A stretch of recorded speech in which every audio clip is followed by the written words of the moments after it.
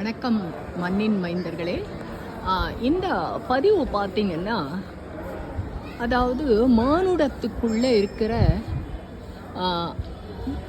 அகந்தை அழிய வேண்டும். அதாவது 3 நாள் தாங்க நமக்கு நிதர்சனம். அதாவது கடந்த காலம், நிகழ்காலம், எதிர்காலம். அதாவது நிகழ்காலம்தான் நமக்கு நிதர்சனம். ஒரு வயதை கடந்தோம்னா நாம் படித்த கல்வி, நாம் சேர்த்த புகழ், நாம் சேர்த்த பதவி, செல்வம் எதுவுமே கிடையாது.